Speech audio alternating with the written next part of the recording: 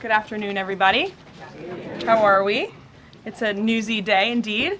And last night we saw the very best of America. After spending nearly 300 days aboard the International Space Station, Butch Wilmore and Suni Williams are back on Earth.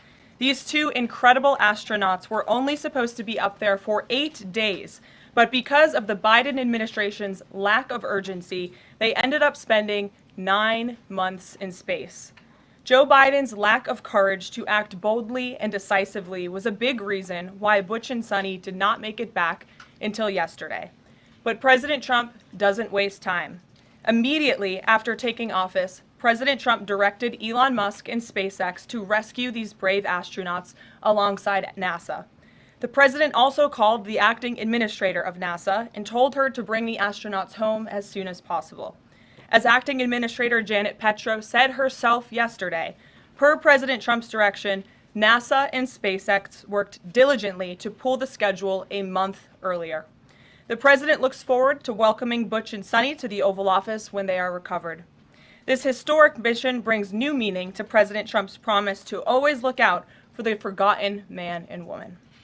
On another important matter, yesterday, President Trump and President Putin spoke about the need for peace and a ceasefire in the Ukraine war. Both leaders agreed this conflict needs to end with a lasting peace and also stressed the need for improved bilateral relations between the United States and Russia. President Trump also spoke with President Zelensky this morning to align both Russia and Ukraine in terms of their needs and requests.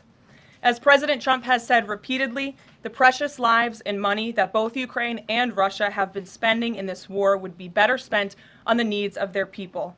This terrible conflict would have never started with President Trump in charge, but he's determined to end it once and for all.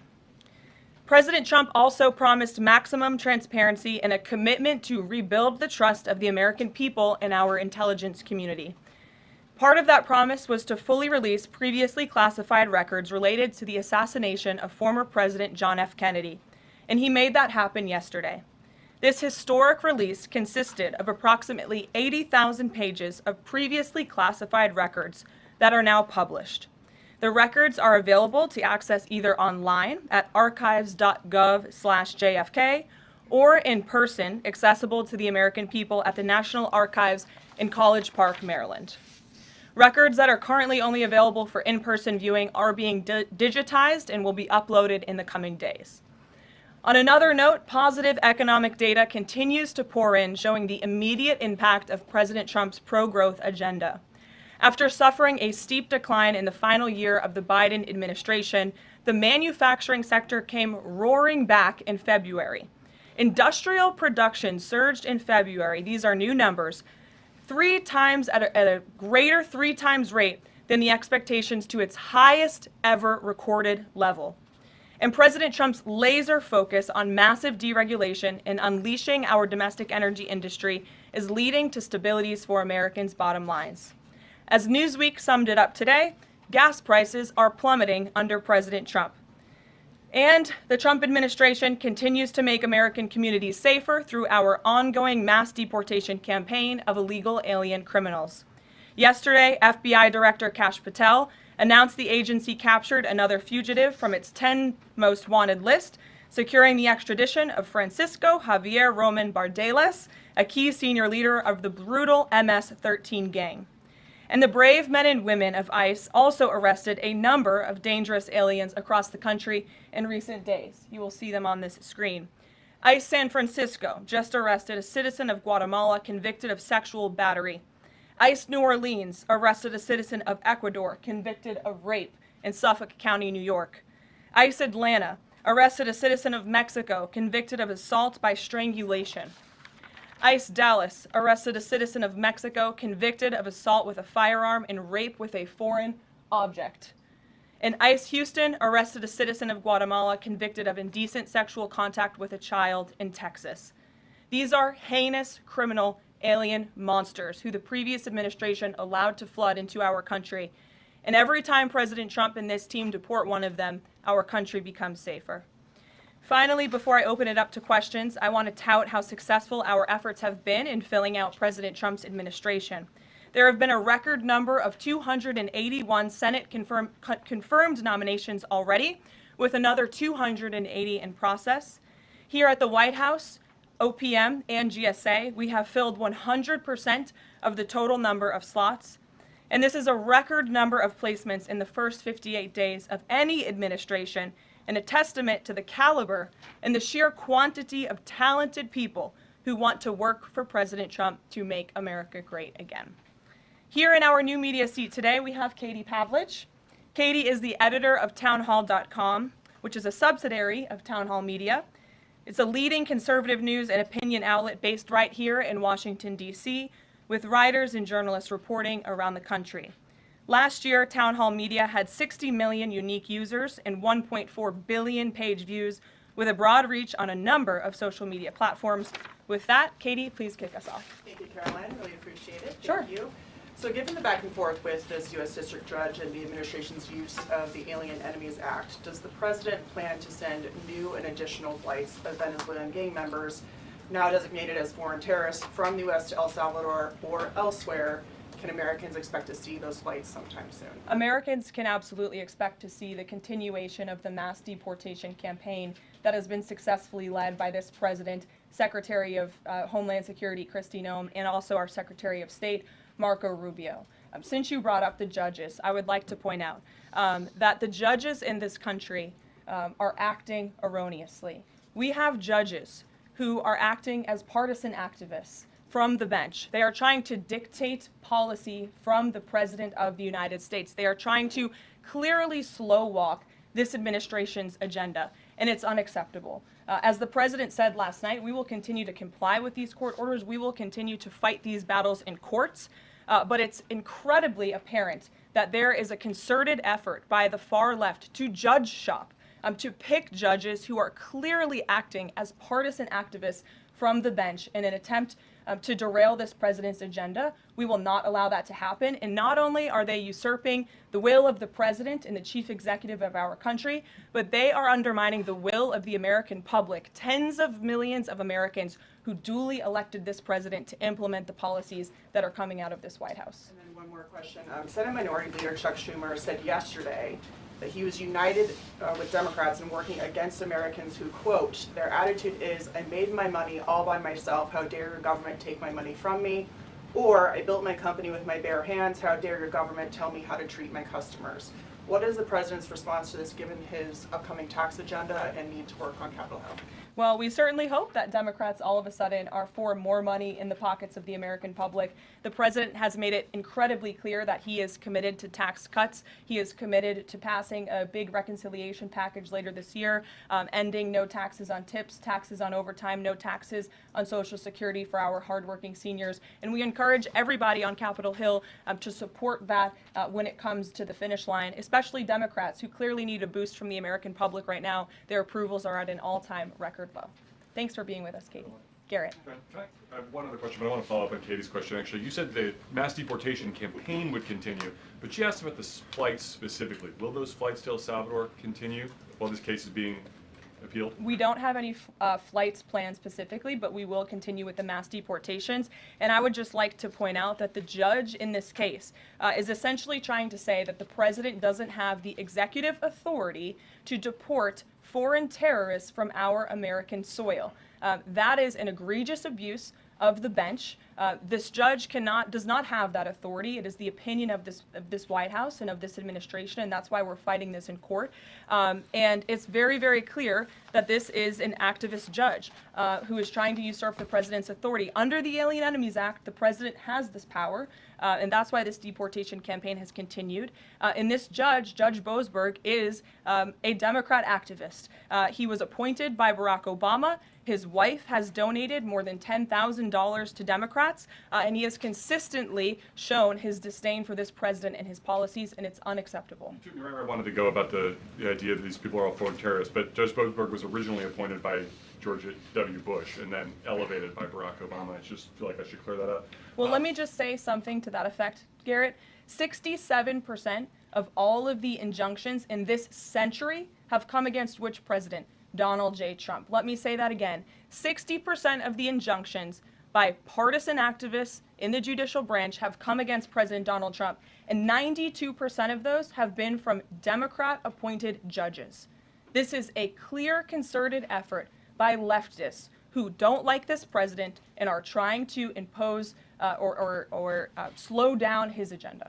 So, given that, do you think it's a good use of Congress's time and the president's political capital to try to impeach and remove a federal judge, which would take 67 votes you're unlikely to get in the Senate?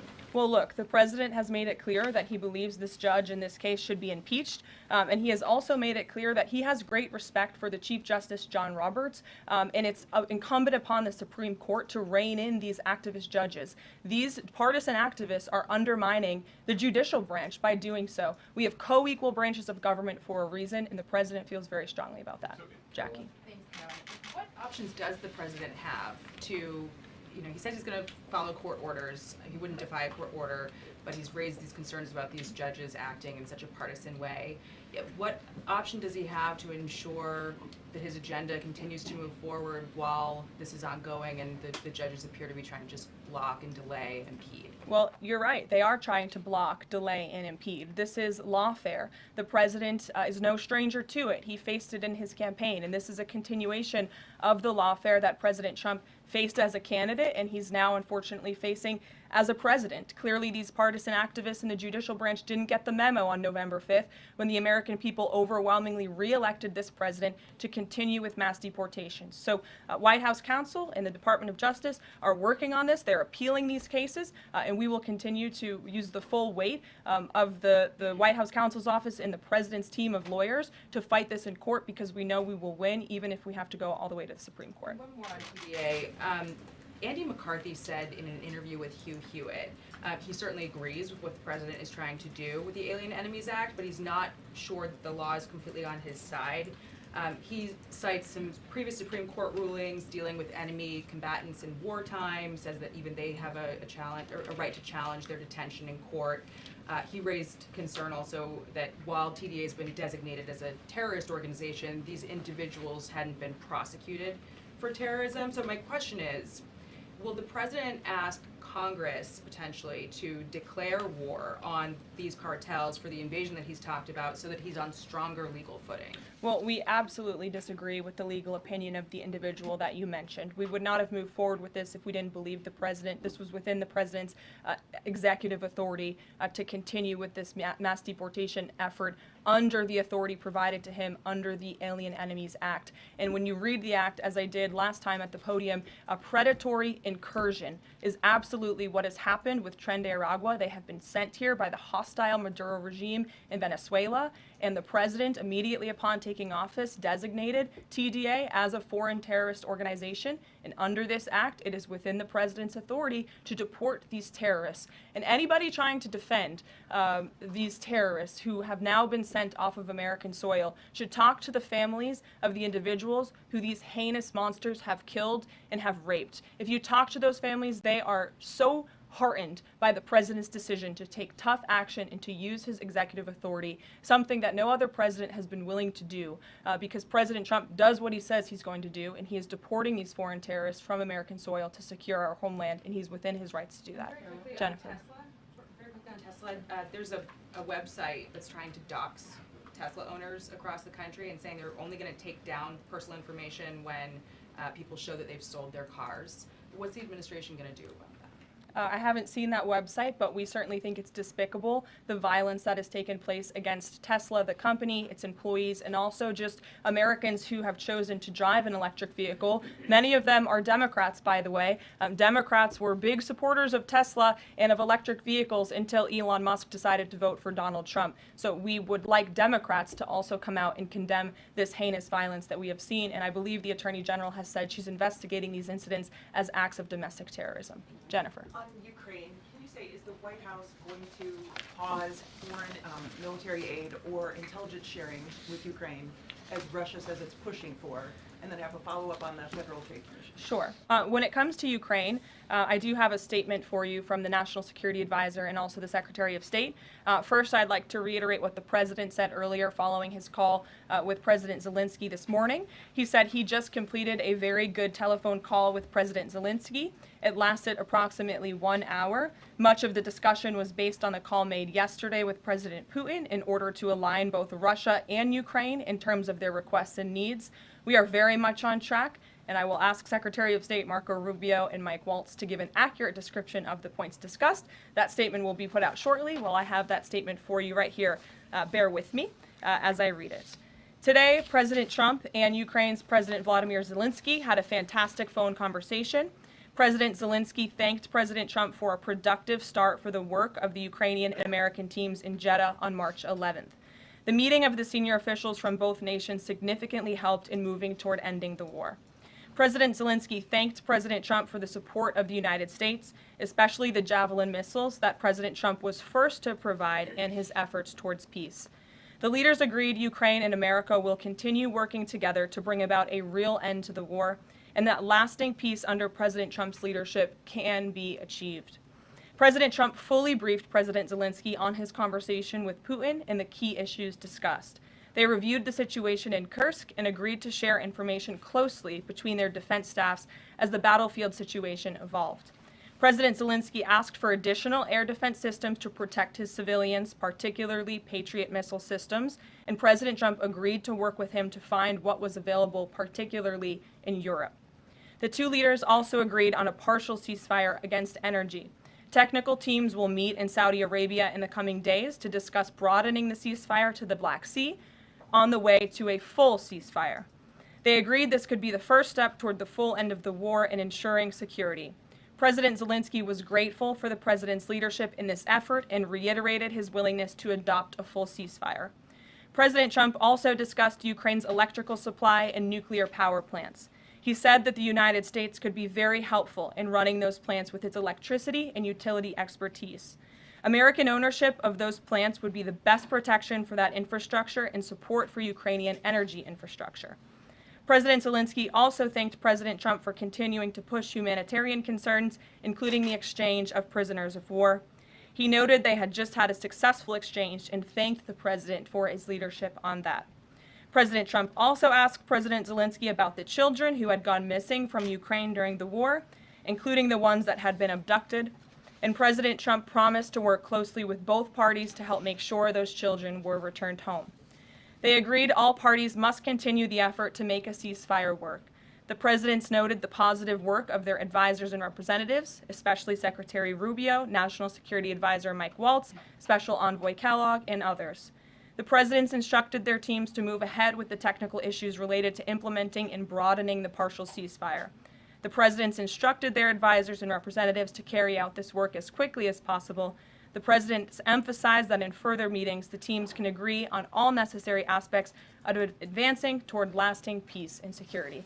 That is a lengthy statement that was just given to me, so thanks for bearing with me. Our office will, of course, provide this after. And as you know, as I just pointed out in the statement, the president's team of negotiators and national security experts will be heading to Saudi again later this week to continue working on and ironing out the details. But I would just like to emphasize we have never been this close to peace, and it's only because of President Trump that we are here. I think a couple of years ago, as you all reported on the war, it was incomprehensible to have a partial ceasefire in this conflict. And today that is true because of the leadership of this president. So they Mary. agreed to closely share information between their defense staffs. Does that mean all intelligence sharing will continue? So the White House is rejecting Russia's request to pause that? Intelligence sharing in terms of defense for Ukraine will continue to be shared. Mary. Thanks, Caroline. I have two questions. One on the United States Institute of Peace and then on the Supreme Court, if that's okay. Sure. So on the United States Institute of Peace, this is a little bit wild. I understand the old president refused to leave after he was removed from his position. He barricaded himself in his offices, had to be escorted out by police, left the building without Wi-Fi, telephones, elevators, and more, and is now telling media that Doge broke in and illegally removed him. So can you comment on this sequence of events and specify, did Doge illegally enter? I'm really glad you brought this up, Mary. We were made aware of this story by individuals at Doge, at Elon Musk's team, and also at the State Department who were unable to access this building. And it became very clear that there was a concerted effort amongst the rogue bureaucrats at the United States Institute of Peace to actually physically barricade themselves essentially inside of the building to prevent political appointees of this administration who work at the direction of the President of the United States to get into the building. There was a piece in the Daily Caller, thank you for sharing the truth on this, about what happened. Staff contacted the MPD in an attempt to prevent DOJ personnel from entering. They barricaded the doors. They also disabled telephone lines, internet connections, and other IT infrastructure within the building. They distributed flyers internally, encouraging each other to basically prevent these individuals from accessing the building. I use this to say this is what DOJ and this administration is facing. It's a resistance from bureaucrats who don't want to see change in this city. President Trump was elected on an overwhelming mandate to seek change and implement change, and this is unacceptable behavior. Thank you. And just really quick on the Supreme Court, I know it's been almost 3 years now since the leak of the draft Dobbs opinion to Politico, actually. A leak which sparked protesting outside the homes of the justices and even brought on one attempted assassination attempt. I know Justice Alito said that it made the justices targets for assassination, but yet the Supreme Court has not tracked down any leaker. Does the White House have interest in finding out who that leaker was, and can you comment on that at all? I know generally speaking the president has an interest in finding leakers and he believes it's unacceptable, and it's the position of this administration. You've seen the Secretary of Homeland Security has taken tough action at her agency. Leaking is unacceptable to this president and to the leaders across the board in this cabinet, especially when it puts people in harm's way. Sure. Thank you, Caroline. A mom whose daughter was forced to change in a locker room with a biological male at school filed a complaint with the DOJ. How will the Trump DOJ deal with violations of President Trump's orders protecting women and girls like this? I would defer you to the Department of Justice on that specific case, but the president has made it incredibly clear that it is the policy of this administration that there are only two genders, male and female, only two sexes rather, male and female, and that we are not going to tolerate such behavior by men pretending to be women. The president will continue to strongly stand for the rights of women and girls, not just in sports and on athletic fields, but also in private spaces like locker rooms and bathrooms. Sure. Go ahead. Thank you. On the FTC, two quick questions. Can you explain the president's thinking in his decision to fire the two Democratic commissioners, especially given that Mark Meadow is on track to be confirmed next week and there would be a Republican majority? My biggest question is why now? Sure, because the time was right to let these people go, and the president absolutely has the authority to do it, and they were given ample notice in a letter that I believe your outlet reported on, so it pretty much explains exactly why this administration chose to let those individuals go. Is the ultimate goal to get this to the Supreme Court to try to overturn the 1935 precedent? The goal was to let these individuals go. If we have to fight it all the way to the Supreme Court, we certainly will. Rachel. Back to those deportation flights to El Salvador, can the administration provide any more details on how authorities determined that each of those men were in fact members of a gang? And if the White House can publish images, photos, videos of those men, why can't the administration just release basic information like their identities and names? We are not going to reveal operational details about a counterterrorism operation, but what I can assure you, as I said on Monday, we have the highest degree of confidence in our ICE agents and our Customs and Border Patrol agents who have committed their lives to targeting illegal criminals in our country, particularly foreign terrorists, and they had great evidence and indication. They have the highest degree of professionalism, and they were 100% confident in the individuals that were sent home on these flights and in the president's executive authority to do that. To follow up, I know in the last briefing you cited privacy concerns as a reason why the administration may not be able to reveal the identities. What exactly are the privacy rights of immigrants who were deported that the administration says were dangerous enough to be sent to El Salvador and sit in a prison? Again, as I just said, we're not going to reveal the operational details of a counterterrorism operation for quite obvious reasons. We're trying to combat terrorism here in the United States of America. Jeff. I could ask something else about the phone call yesterday. There was a couple different readouts from the Kremlin and the U.S. on a couple different points. One was energy and infrastructure. The U.S. statement said energy and infrastructure. The Kremlin said energy infrastructure. What is your understanding of what the actual substance of the disagreement was? And then one other question on that. I would defer you to the readout that was provided by the White House. That's our understanding, and that's the truth. And if I could ask a question about the judge as well. How does a president define a bad judge? Is it just someone who disagrees with him? And is that a dangerous precedent in this case, because this is a temporary ruling from Judge Boasberg that he could ultimately rule in your favor? Is he setting up a standard here for calling for the impeachment of a judge who may ultimately rule on your side? No, it has nothing to do with disagreeing with the president on policy. It's with disagreeing with the Constitution and the law. And it's trying to usurp the authority of the executive branch of this country. It's having baseless reasoning for these injunctions. And it's a clear effort by these judges to slow roll this president's agenda. And if you just look at the injunctions that this president has faced, deporting foreign terrorists from our homeland, hiring and firing of executive branch employees, which when the president is the executive of the executive branch. You also see an injunction by a partisan activist judge when it comes to the Secretary of Defense trying to determine the readiness of our troops and the qualifications of our troops in our armed forces. Does a single district court judge really have more authority over the Commander-in-Chief and the Secretary of Defense to determine who should serve in our United States Armed Forces? Absolutely not. Anyone who has taken a basic civics lesson can understand that, and it's ridiculous lawfare that we are witnessing. And it's. The president said he respects the Chief Justice here. Does he respect him specifically on this case and this opinion, or respects him overall? And has he spoken to any other Supreme Court justices? The president respects Chief Justice Roberts overall. He just expressed that to me in the Oval Office, but it's also quite clear that the Supreme Court needs to rein in these judges who are acting as partisan activists, and they are undermining the judicial branch, and it's a dereliction of duty on their behalf.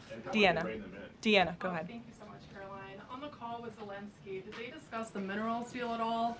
Is that back on the table, and what do the Ukrainians have to do to get that back on the table? And then one on the Russia call as well. Again, I just provided a very lengthy readout of the call that was provided by the Secretary of State and the National Security Advisor. And now we have moved beyond the economic minerals deal. We are at a place of peace. We're at a partial ceasefire, and we're moving towards a full ceasefire and a long-standing peace in this conflict. And that's great news for the American public. The Kremlin readout mentioned that Trump and Putin spoke about potential U.S.-Russia hockey games. And the Kremlin readout also said that Russia wanted the U.S. to stop U.S. intelligence and U.S. funding to Ukraine. The president has said that that conversation did not happen. Just wondering if you can get us any more clarity on that. And also, again, if it's energy infrastructure or if it's energy and infrastructure, because I think there is a big difference between that. Again, as for the readouts of the call, I would defer you to ours. And when it comes to the topic of hockey, it did come up. However, we're more interested in securing a peace deal than scheduling hockey games right now. Sean. Hey, about the deportation flight. So was it the president himself who directed the planes to stay in the air after the judge ordered them to turn back? The president invoked the Aliens Enemies Act with a proclamation, which then directed the Department of Homeland Security and the Department of State to move forward with the plan of action. And as I said yesterday, all of the planes that were subject to the judge's written order took off before the order was submitted in court. I was asked and answered that question multiple times yesterday. Kate, go ahead. Is the president still considering pressuring Russia with sanctions or tariffs to try to get a full ceasefire? And is there any kind of deadline or timeline that the White House has in mind for when that pressure might ramp up? Again, the president had a nearly 2-hour-long call with President Putin yesterday. We provided a readout of that call, and we have his negotiating team heading to the Middle East this week to continue these discussions in regards to sanctions and any other details. I'm not going to give a readout of those from this podium. And on TikTok, is Oracle the leading contender for a deal? And would the U.S. back a deal that keeps TikTok's algorithm and the underlying technology still in Chinese hands? As President Trump does so well, we don't get ahead of ourselves when we are in the midst of the art of the deal. So when the president and this team are ready to announce a deal on TikTok, which is a high priority for the president, we will make that known. I've seen that reporting, but I'm not going to comment on it just yet. Sure, go ahead. Thank you, Press Secretary Leavit. Some prominent Trump supporters have been making the case that Derek Chauvin deserves a pardon. They argue that he did not receive a fair trial. Joe Biden and other Democrats actually implied that he was guilty while the trial was going on. BLM rioters had these jurors under immense threat and pressure. mainstream media, frankly, many news outlets here today are complicit here. They chose to ignore the autopsy report. They chose to ignore the full body camera footage. They decided to slander Derek Chauvin as a racist cop instead. Does the administration believe Derek Chauvin received a fair trial, and will they consider a pardon moving forward? The president has been asked and answered this question. He said it's not something he's considering at this time. Philip. Thank you. Two questions. First, just a follow-up on the readouts from those calls. When it comes to the discrepancies between the U.S. and Russian readout of that call between President Trump and Putin, is it the president's assessment that something is getting lost in translation, or does he believe that the Russians are trying to play games here? No, the president believes in his team that put the readout out, and he also put his own out on Truth Social. We've been incredibly transparent about all of the president's calls with foreign leaders, and again, I would defer you to the readout. And then following up Michael. on... Thank you, Karoline. White House said yesterday that gas prices across the U.S. have fallen for the fourth straight week. 34 states now seeing gas under $3 a gallon. This limited ceasefire with Ukraine regarding oil refineries, energy, will that affect gas prices here in the U.S.? Well, it's certainly the president's hope that gas prices will continue to fall, and he's working every single day to ensure that we do. As you just mentioned, there's been very encouraging data. Inflation is cooling and gas prices are falling. The president has established a National Energy Dominance Council, and it's ultimately the president's goal. And this administration is working hard on it every single day to increase our energy production right here in the United States of America, to have a Trump energy boom like we saw in our first term, which will not only lead to lower fuel prices here at home, but also lessen the rate of inflation that was created by the previous administration. One more on Tesla, Caroline. Tim Walz, Governor Walz, saying last night he frequently checks Tesla stock.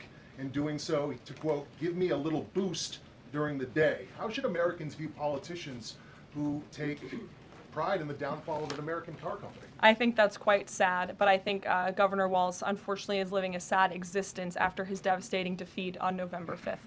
Reagan, go ahead. Thank you, Caroline. Across the country, Tesla cars are being lit on fire, dealerships are being shot up, Molotov cocktails are being used. There was a website posted yesterday that shared the addresses of private Tesla owners and reportedly had Kash Patel's information on it. AG Bondi has called this acts of domestic terrorism. Does the White House have any indication that this is some sort of coordinated movement or that it's being funded by some outside group? And do you know if the investigation by the DOJ is being investigated as incidents of organized terror? I believe the Attorney General has made her comments clear on that.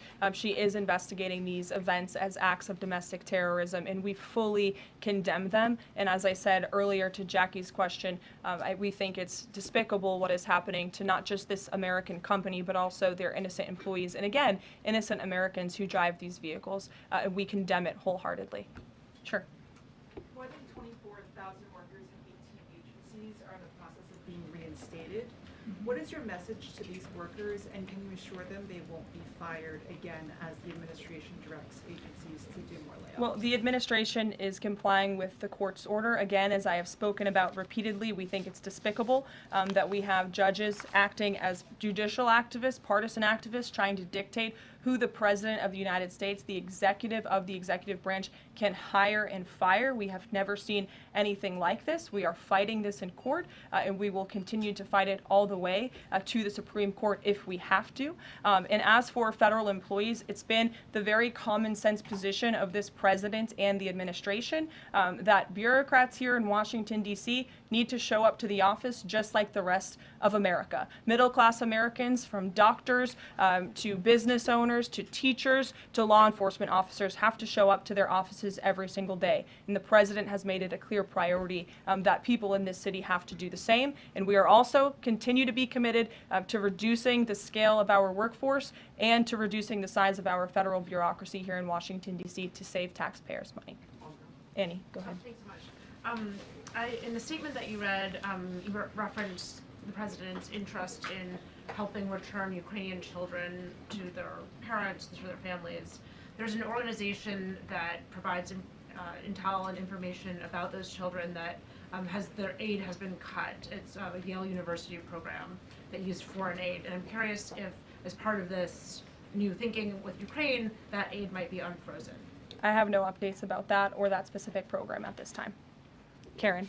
Thanks, Caroline. Just to follow up on your answer to the question on the minerals deal, you said that the White House has moved beyond the minerals deal. What does that mean? Is that no longer on Nope. the table? Nope. It means the minerals deal was that first set of framework that you all saw in that very public meeting with President Zelensky and President Trump in the Oval Office. We are now focused on a long-term peace agreement. As you know, on that deal or that meeting between President Zelensky and President Trump, the Ukrainian president at the time wasn't talking about a greater peace deal. We are now at that place where we are talking about that. So we've moved beyond just the economic minerals deal framework, and we're looking at a lasting ceasefire. Right now we're at a partial ceasefire, but again, the president is sending his highly skilled, intelligent, and experienced team to Saudi Arabia later this week to continue fighting for peace in this conflict. And I would just reiterate one more time, we have never been closer to peace than we are today. Thank you very much, everybody. We'll see you later.